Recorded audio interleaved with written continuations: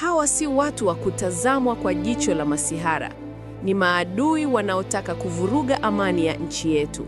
Wanachochea vurugu sio kwa maslahi ya wananchi, bali kwa ajenda zao binafsi na kwa tamaa ya kupata ufadhili kutoka kwa mabwana zao walioko nje.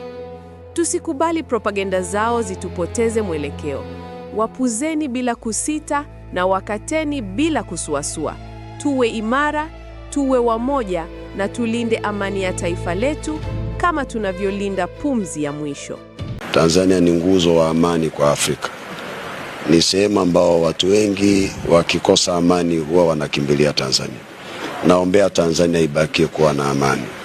Inaweza kuwa ni, kwa kizungu wanasema the beacon of peace. Na Watanzania tukumbuke hiyo ama hilo jambo, kwamba wengi wanatarajia sisi wenyewe tuwaonyeshe mfano wa amani.